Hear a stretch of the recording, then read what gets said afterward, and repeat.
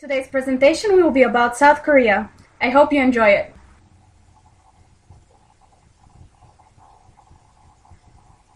Korea is one of the fastest growing OECD countries. Between 1987 and 2012, during the so-called period of the Sixth Korean Republic, the Korean GDP increased from $358 billion to $1.4 trillion, which is an increase of 390%.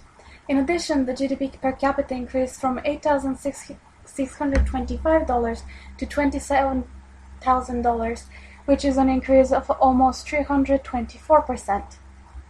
The annual GDP growth during the past 25 years averaged 5.7%. The only year during that period in which Korea experienced GDP contraction is 1998, during the Asian financial crisis. Also, despite the growth slowed down after year 2000, it still remains at around 4%, higher than most other G20 countries. Besides from increases in the standard of living, the increases in GDP have also led to higher money demand. A money demand equation shows that for a 1% increase in GDP, money demand would increase by 0.34%. This strong GDP growth is due to continuous advancements in both total factor productivity and labor productivity. During the same period, total factor productivity grew with an average of 3.7%, while labor productivity measured as hours worked per GDP by 5.2%. Still, there is still area for substantial improvement.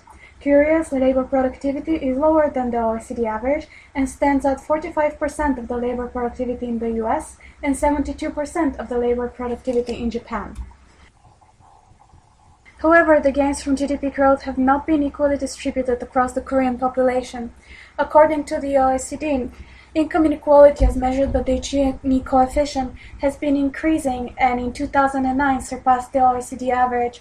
In addition, relative poverty, which is the share of the population that lives on less than half of the median income, increased to 15% in 2008. Still, unlike the EU, inequality increases are not correlated with rises in unemployment. Unemployment in Korea has remained stable and low at around 3.6% in the past 12 years. In addition, unemployment during the global financial crisis did not increase for a long period of time, and currently unemployment is back at previous levels. However, Anocom's low estimation implies that unemployment increases are very costly. A 1% increase in unemployment would be associated with a 1.8% decrease in GDP growth on average. Furthermore, the Korean Central Bank has successfully kept inflation rather stable in the past 12 years. The Korean Central Bank started targeting inflation in 1999 after the Asian financial crisis and has kept inflation in a band between 3 and 4% ever since. Still, a calculation of the Phillips curve suggests that the sacrifice ratio for inflation targeting might be quite high. For each % decrease in inflation, unemployment will increase by 2.4% and GDP will decrease by 4.3% on average. The Asian financial crisis had multiple profound effects on Korea's economy besides commitment to inflation targeting. Between 1964 to 1980, the Korean won was pegged against the USD, and between 1980 until 1997, it was heavily managed. After the Asian crisis, the won has been free-floating. Currently, $1 trades for 1,058 won. That being said, the Korean government intervenes often on foreign markets to keep the value of the Korean won relatively low. This strategy is related to its position as an export-oriented economy. With the exception of the Asian financial crisis and the global financial crisis, Korea has run a balance of payments surplus of $4,868 million on average. Its main trading partners are China, the US, and the EU, while its main competitor is Japan. This graph depicting the won exchange rate versus the US dollar and the balance of payments of Korea with the US shows the expected relationship predicted by the J-curve theory. A devaluation of the won is followed by a short-run decrease in trade surplus. In the long run, however, exports increase and the balance of payments improves. And this is exactly what the Korean government aims for when it intervenes on the foreign exchange markets. Finally, after the Asian financial crisis, the public debt to GDP increased from 5% to over 30% of GDP.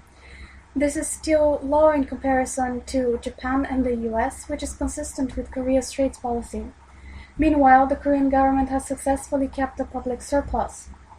The only year in which the Korean government ran a deficit is 2009 for the past 12 years. This was a part of a fiscal stimulus package during the global financial crisis. The government is currently discussing another stimulus package for the year of 2014. Such fiscal packages might have the necessary short-term effect on the Korean economy. The marginal propensity to consume of the Korean population is about 0.73, as estimated by a cost function, and increases in disposable income might have substantial short-term effects on GDP.